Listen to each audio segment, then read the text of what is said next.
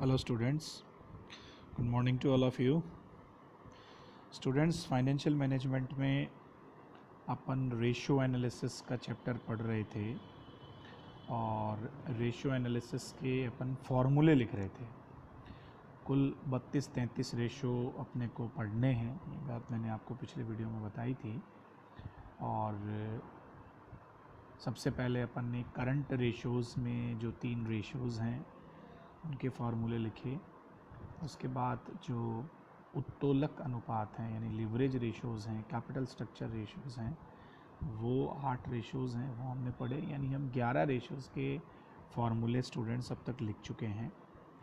अब प्रैक्टिकल सवाल करने से पहले मैं आपको पहले इफ़िशिएंसीज़ रेशियोज़ के फार्मूले बता रहा हूँ, क्योंकि जो अपन सवाल करेंगे उनमें बैलेंस शीट दी हुई होगी और प्रॉफिट एंड लॉस अकाउंट दिया हुआ होगा और उसमें सारे अलग अलग टाइप के रेशियोज़ हमसे पूछेंगे।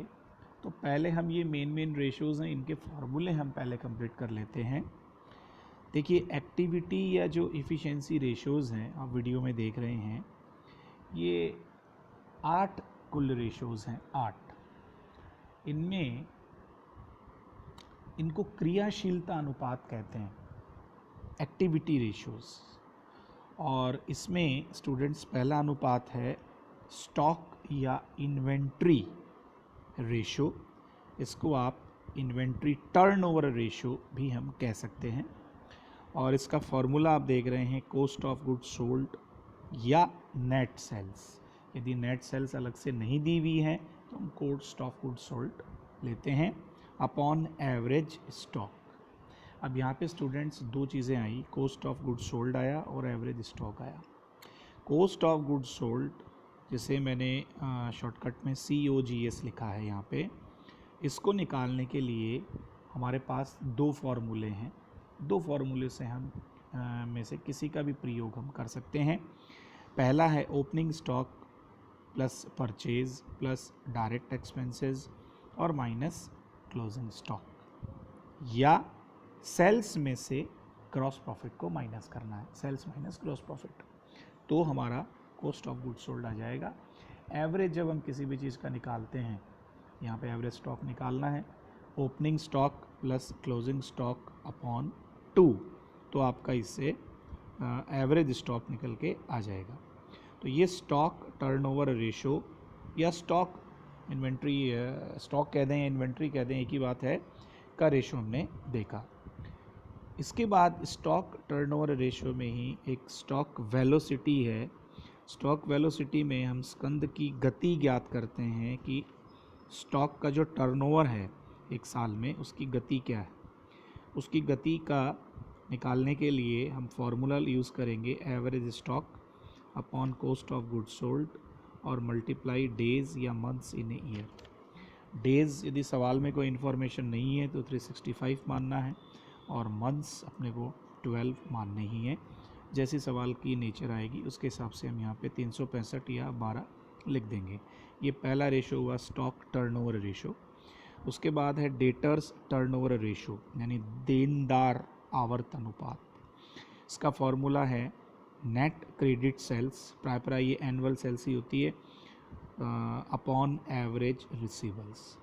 अब यदि सवाल में कोई सूचना नहीं है, केवल सेल्स दिया हुआ है, तो हम मानेंगे कि पूरी की पूरी बिक्री क्रेडिट सेल्स है। और सवाल में कह देता है कि कैश सेल इतनी है तो टोटल सेल्स भी देगा। तो क्रेडिट सेल्स निकालने के लिए टोटल सेल्स में से हम कैश सेल्स को माइनस कर देंगे। एवरेज रिसीवल या एवरेज डेटर्स निकालने के लिए opening debtors and BR plus closing debtors and BR upon 2, ये फार्मूला काम में लेना है।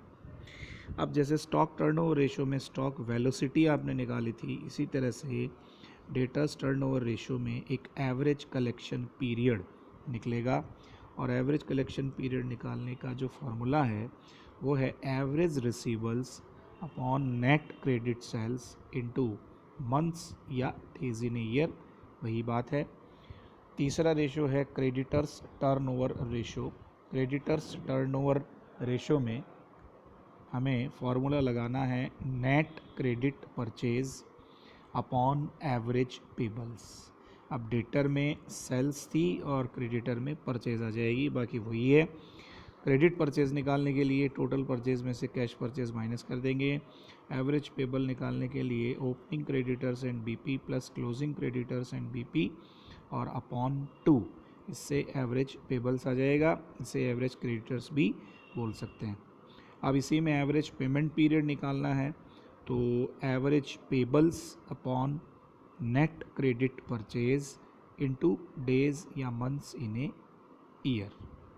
तो ये 3 इम्पॉर्टेंट रेशो हैं टर्नओवर में: inventory turnover ratio, debtor turnover ratio और क्रेडिटर टर्नओवर रेशो।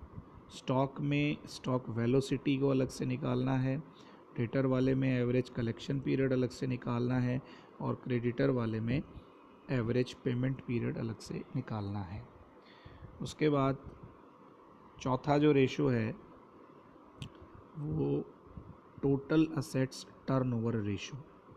इसमें ऊपर कॉस्ट ऑफ गुड्स सोल्ड या नेट सेल्स और upon total assets. Total assets लेते समय हम फिक्शिशियस असेट्स को छोड़ देंगे, कृत्रिम संपत्तियों को छोड़ देंगे। उसके बाद है फिक्स्ड असेट्स टर्नओवर रेशो। इसमें ऊपर वही फॉर्मूला रहेगा, कॉस्ट ऑफ गुड्स सोल्ड या net sales upon fixed assets आ जाएगा। डेप्रिसिएशन है तो डेप्रिसिएशन माइनस कर देंगे। उसके बाद करंट असेट्स टर्नओवर रेशो। इसमें भी ऊपर कॉस्ट ऑफ गुड्स सोल्ड या नेट सेल्स और अपॉन करंट असेट्स। फिर है वर्किंग कैपिटल टर्नओवर रेशो। इसमें कॉस्ट ऑफ गुड्स सोल्ड या net sales upon working capital. Working capital निकालने के लिए current assets minus current liabilities, तो वर्किंग कैपिटल आ जाएगी। और लास्ट है आपका, इसे आप कैपिटल एम्प्लॉयड टर्नओवर रेशो या नेटवर्थ टर्नओवर रेशो या कैपिटल टर्नओवर रेशो कह सकते हैं। ऊपर वही cost of goods sold upon या नेट सेल्स और अपॉन कैपिटल एम्प्लॉयड या नेटवर्थ। नेटवर्थ का मतलब यहाँ पे वही है जो डेप्ट इक्विटी रेशो में हमने share holder fund, proprietor fund और नेटवर्थ हमने निकाली थी। तो ये जो 3 के बाद में जो बाकी के हैं, चौथा, पाँचवा, छठा, सातवां, आठवां, इनमें सब में फॉर्मूलों में ऊपर COGS या नेट सेल रहते हैं और नीचे यदि टोटल असेट देता है तो टोटल असेट्स, फिक्स्ड देता है तो फिक्स्ड, करंट देता है तो करंट हम लोग काम में ले लेंगे। ये नेट सेल बैलेंस शीट के नीचे अलग से दी हुई होती है तो प्राय हम उसको काम में लेते हैं, otherwise cost of goods sold हम लोग निकाल लेते हैं। तो ये आपके इफ़िशेंसी के जो रेशोज़ हैं, ये 8 रेशोज़ ये हो गए। अब हमें इसमें 2 प्रकार के रेशोज़ और पढ़ने हैं और उसके बाद हमें प्रैक्टिकल सवाल करना है। तो स्टूडेंट्स, आज के वीडियो में इतना ही। थैंक यू वेरी मच, बहुत बहुत धन्यवाद।